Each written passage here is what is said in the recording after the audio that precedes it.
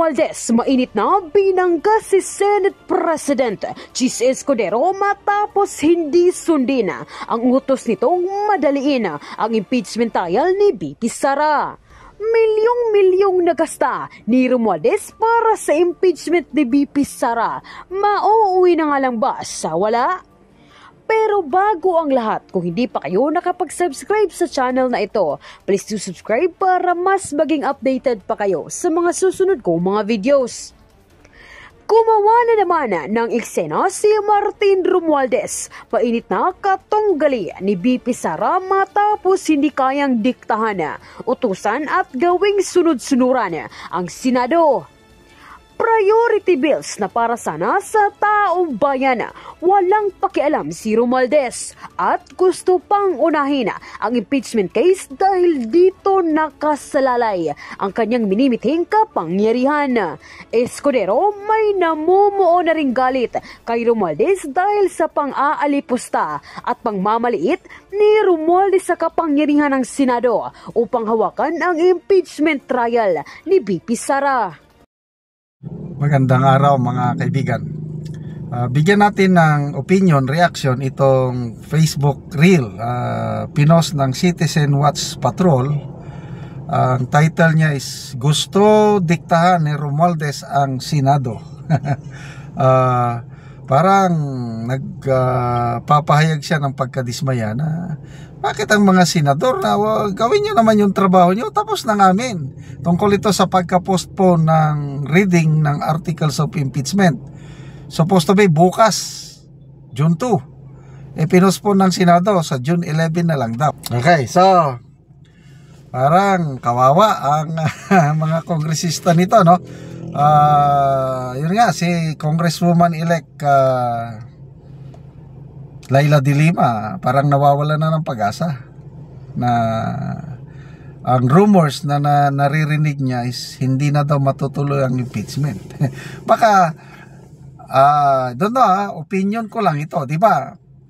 Nagsabi na ang Pangulong Marcos na ayaw niya talaga ng impeachment ni BP Sara. At tapos yung survey ng Pulse Asia lumalabas, mas maraming Pilipino na ayaw. Baka yun na nga, ito na yung tugon sa popular demand na wag nang ituloy ang impeachment. Ganon. Ito, speculation lang ito. Baka ang Senado, alam niyo naman, si Senate President Escudero, aliado ng Malacanang. Baka totoo na ayaw ng Pangulo. Ang may gusto lang, mga kongresista. Si Speaker Martin Romualdez. Excuse me, So, yung rason ng Senado, tapusin mo nang ipasa ang mga priority bills. Kasi mayroon ng LEDAC na tinatawag Legislative, Executive, Development, Advisory Council, parang ganon. Dinidetermine na ng administrasyon ano ba yung priority ipasa na bills. At ito na nga, merong 12 priority bills na dapat unahin. So, anong mas importante? Yung mga priority bills o itong impeachment?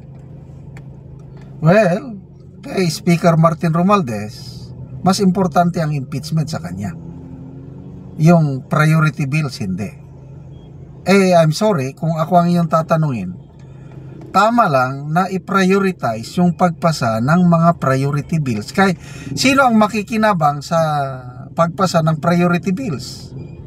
Di ba ang taong bayan? Kaya nga may kongreso kaya nga tayo mga taxpayers, yung ating binabayad na buwis na pupunta sa kanila, sinusuldan sila para magpasa ng mga bills na makakatulong sa taong bayan.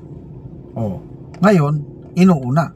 Which to me, mas magandang unahin mo magpasa ng mga bills. Kasi, sino bang makikinabang sa impeachment? Granting na ma-impeach nila si BP Sara. Di ang makinabang yung mga may ambisyon sa 2028. Yung grabe ang pangandoy kung sa Bisaya. Ano bang Tagalog ng pangandoy? Ambisyon. na magpresidente sa 2028, alisin natin yung balakid sa ambisyon. O sinong balakid? O si VP Sara. Kaya gusto nilang tanggalin. So, unahin nyo ang impeachment. Mamaya na, kahit wag nang ipasa yung mga 12 priority bills. Parang ganun ang sinasabi.